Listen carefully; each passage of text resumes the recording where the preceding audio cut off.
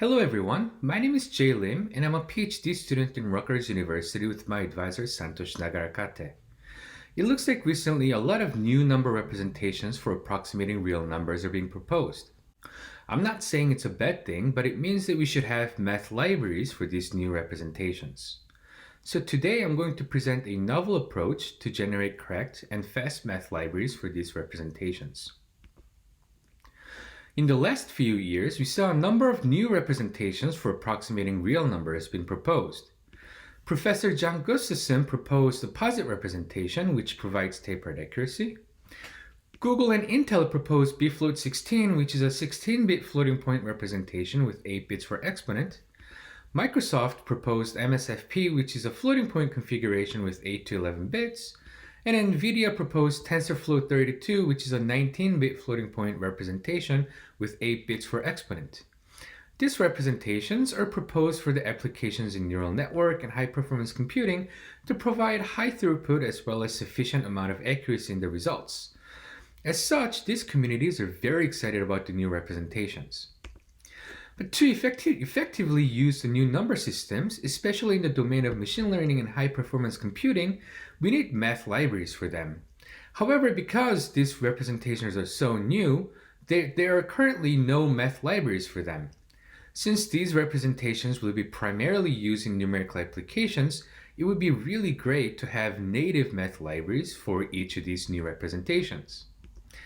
Now, there are two important requirements for math libraries. First, math libraries should be correct. If the math library itself produces incorrect results, then there is no hope for applications using it to produce the correct result, even if the rest of the application is numerically correct. Second, math libraries should be efficient. A slow math library will significantly slow down the application that uses the math library. Then the developers will choose not to use the math library even if it produces correct results, and search for a more efficient math library at the cost of producing erroneous results. So in this presentation, I would like to share with you our new results in developing correct and efficient math libraries, the challenges in creating them, and our solution to tackle this problem. We present a novel approach to create math libraries that are both accurate and fast, and our approach can automatically generate approximation functions using linear programming solvers. Using our techniques, we created RLIBM, a math library generator, and fast and correct math libraries for bfloat16, posit16, and float representation. So let me first start off by talking about what it means for a math library to be correct. To illustrate, here's a number line in real numbers. Fixed precision representation like floating point representations can only represent finite number of rational numbers exactly. So you can't exactly represent irrational values like natural log of x1 here with these representations, and you have to round these kinds of values to a representable value using a desired rounding mode. In this talk, we will use the round to the nearest, tie goes to even rounding mode. So natural log of x1 rounds to the value v1. If our natural log of x math library function produces v1 for the input x1, then we say that it produces the correctly rounded result for the input x1. If our natural log of x function produces any other values, like v2 or v3, then we say that it does not produce the correctly rounded result. If natural log of x function produces the correctly rounded results for all possible inputs, then we say that the natural log of x function is a correctly rounded function. If all approximation functions in a math library are correctly rounded functions, then we say that the math library is a correctly rounded math library, or correct math library for short. But in the past, creating correctly rounded math library has always been a difficult task, and let me show you why by first telling you how a math library function was usually constructed in the past.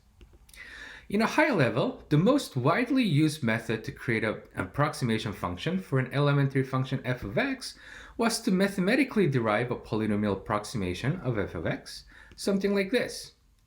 And the most common method of generating a polynomial approximation is to use a minimax approximation method.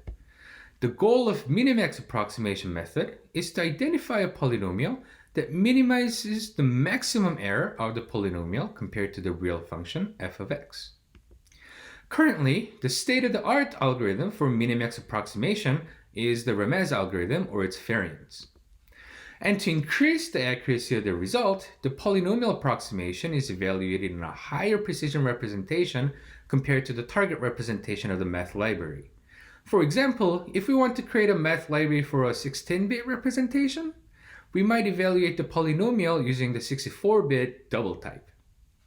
However, polynomial approximation alone is not sufficient to produce accurate results for all inputs. As you can see from this graph, polynomial approximations can approximate a small region of inputs with relatively high accuracy. But outside of this small region, the error increases significantly. So math library functions typically utilize what is known as range reduction to transform any arbitrary input to a value in this small region to increase the accuracy of the polynomial approximation. Let me show you an example of range reduction using natural log of x. When we are given an input x, we can break the input down to x prime times 2 to the power of m, where x prime represents the significand of the input and m represents the exponent of the input. Then we can compute natural log of x with natural log of x prime times 2 to the power of m. Next, we can use mathematical identities of logarithm functions to break this formula down to natural log of x prime plus natural log of 2 to the power of m, and further break it down into natural log of x prime plus m times natural log of 2. Notice that m is an integer value that can be extracted from the input x, and natural log of 2 is a constant. So we can approximate natural log of x by just approximating natural log of x prime and adding the value m times natural log of 2. Additionally, the values of x prime are always in the range of 1 to 2. This means that our polynomial approximation of natural log of x prime needs to accurately approximate natural log of x for inputs between 1 and 2, but does not have to be accurate for other inputs. Now let me do a recap and go through how a math library implementation of natural log of x might look like. First, when a math library function is given an input x, we convert the input to a higher precision representation h. Next, math library performs range reduction on x and extracts x prime, which is in a smaller domain. Third, the reduced input x prime is used with the polynomial approximation function generated with minimax approach to produce a value y prime. Now y prime is an approximation of natural log of x prime, not natural log of x. So math libraries compensate the output by using the formula y equals y prime plus m times natural log of 2 to compute an approximation of natural log of x. Finally, the result y is rounded to t and returned. Now, by simply looking at this process, it looks like it's not too difficult to create correctly rounded math libraries. Mathematically, everything checks out. Range reduction and output compensation functions are mathematically correct, and there are numerous methods to generate accurate polynomial approximations for a small range of inputs. However, our problem is that these techniques are based on mathematics in the world of real numbers. Our goal is to generate approximation functions for finite precision representations, and this creates a set of challenges. For example, let's go back to our real number line. The blue circle, which is the real result of natural log of x1, is located relatively close to the midpoint between v1 and v2, the two closest representable values in our number representation. Since v1 is the correctly rounded result, our approximation function has to produce a value in this gray region in order for the result to round to v1. Otherwise, it will round to a wrong value. But since math libraries produce polynomial approximations that approximates the real value of natural log of x1, in reality there is only this much room for error. This means that our polynomial approximation has to be extremely accurate. But let us suppose that we do generate accurate enough approximation mathematically. Well, we have to evaluate p of x in a fixed precision representation, so there is bound to be numerical error. On top of that, the output compensation function also has numerical error. And at the end, we end up with enough error so that our approximation function produces wrongly rounded result. So are we doomed? Well, not exactly. Remember what our goal was. Our natural log of x function produces correctly rounded result for input x1 if it produces v1. The goal of natural log of x math library function is not to compute the real value of natural log of x1. So instead of trying to approximate natural log of x1, we should try to approximate v1. Then our approximation can produce any value within this gray region, whether it would be this value, this value, this value, or this value. Our result will round to the correctly rounded value v1. And this is the key insight in our approach. Our key technique is to identify what the gray areas should be, and then use LP solver to automatically generate the coefficients of the polynomial that produces a value in the gray region.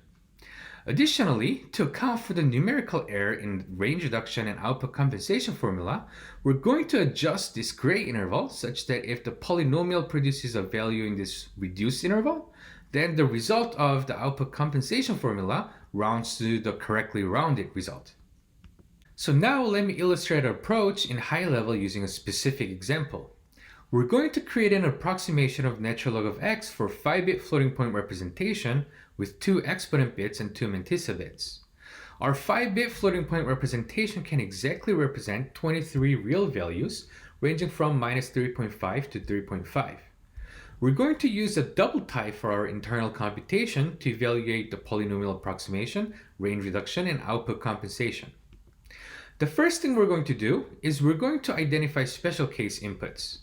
The elementary function natural log of x is defined for inputs from 0 to infinity, not inclusive, so all inputs not in these range are considered as special cases. If an input is special case input, then we simply return what the result is supposed to be. Once the special case inputs are removed, then we're left with 11 inputs ranging from 0.25 to 3.5. So our next second step is to use an oracle that can compute the real value of natural log of x and compute the correctly rounded result for each of our 11 inputs. This step tells us what the final rounded result should be for each of the possible inputs. Next, based on the correctly rounded result, we identify what the values of our internal computation should produce. Our internal computation is evaluated in a higher precision representation, double. So there are a range of values that our internal computation can produce and still round to the correctly rounded results when we round it back to 5-bit floating point. We call this range of values the rounding interval. Now our goal is to come up with an internal computation that produces a value in the rounding interval, which I show using the gray area in this graph. At this point, if we do not intend to use range reduction, we can jump to the last step where we generate a polynomial that produces a value in the rounding interval.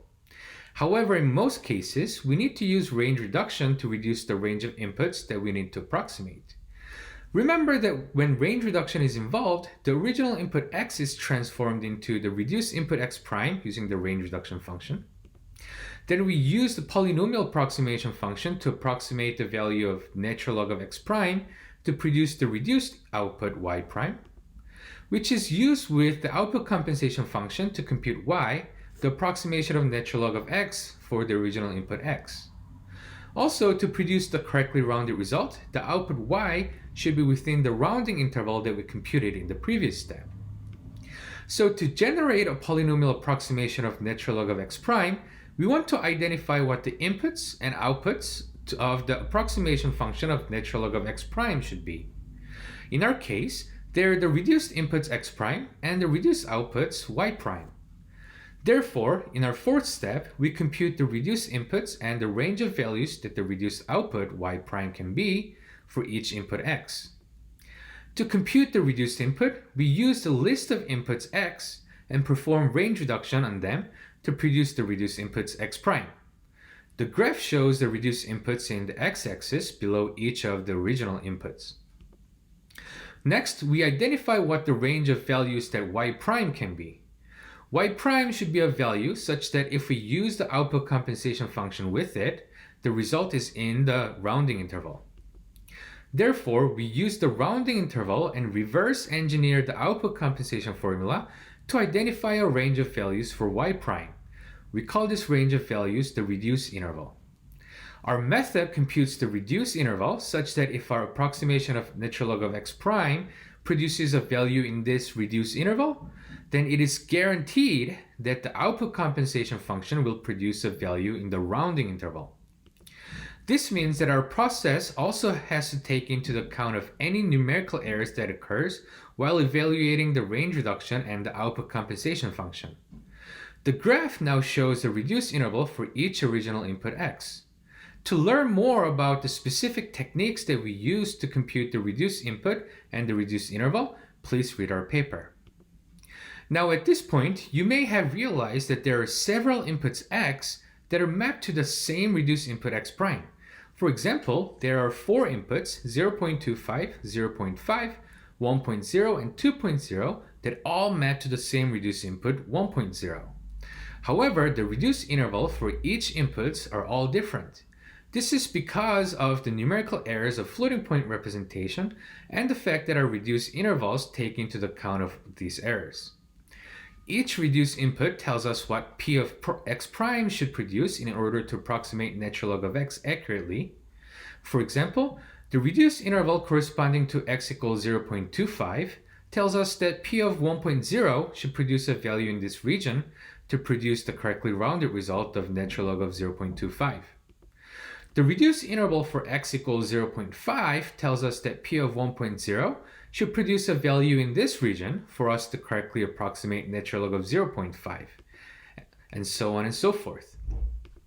In other words, our polynomial approximation, p of 1.0, must produce a value in all 4 of the reduced intervals for our natural log of x to produce the correctly rounded results for the inputs 0.25, 0.5, 1.0, and 2.0. Therefore, if there are any reduced intervals that correspond to the same reduced input, we merge the intervals by computing the common region. In our graph, we show the reduced intervals corresponding to the same reduced inputs with the same color, and highlight the common region with darker shade of the color. Once we merge the reduced intervals, we're left with 4 reduced intervals, with reduced inputs ranging from 1.0 to 1.75. These reduced inputs and intervals tells us what the inputs and the outputs to our polynomial approximation has to be. So our final step is to generate a polynomial approximation p of x using these 4 input-output constraints. In fact, if you take a closer look at these constraints, they're linear constraints for solving for the coefficients of the polynomials. So we can encode this constraint into a system of linear inequalities that solve for the coefficients. In our example, we created a system of linear inequalities that solve for the coefficients of a monomial that satisfies all 4 constraints. Then we can give this system to an LP solver to generate a polynomial that satisfies all 4 constraints. This polynomial, used with our range reduction and output compensation function, produces the correctly rounded result of natural log of x for all x in our 5-bit floating point representation. Finally, let me show you how we can implement the natural log of x function. First, we determine if an input is a special case input. If it is, we return the correct result accordingly.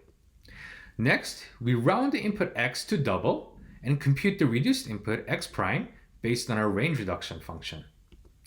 Then we evaluate our polynomial approximation with the reduced input x prime, which approximates natural log of x prime, and perform output compensation function to produce an approximation of natural log of x.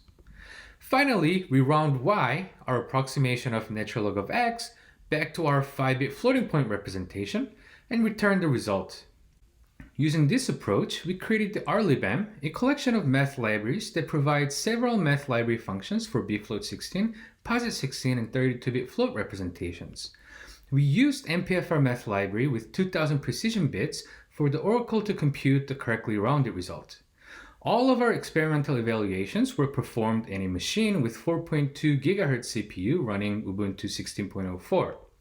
In our experiments, we wanted to check for 2 things. First, does RLIBM produce correctly rounded results for all inputs? And second, how efficient is RLIBM? Because there are no bfloat16 math library available yet to compare to RLIBM, we repurposed glibc and Intel's math library to a bfloat16 math library by converting a bfloat16 input to float or double, use either glibc or Intel's math library to produce the result, and then round the result back to bfloat16 value. We compared our RLIBM's POSIT16 math library against the softposit math library, which is the only POSIT16 math library available. Our experiment shows that RLIBM produces correctly rounded results for all available functions. RLIBM provides 12 math library functions for bfloat16, and it produces the correctly rounded results for all inputs for all 12 functions.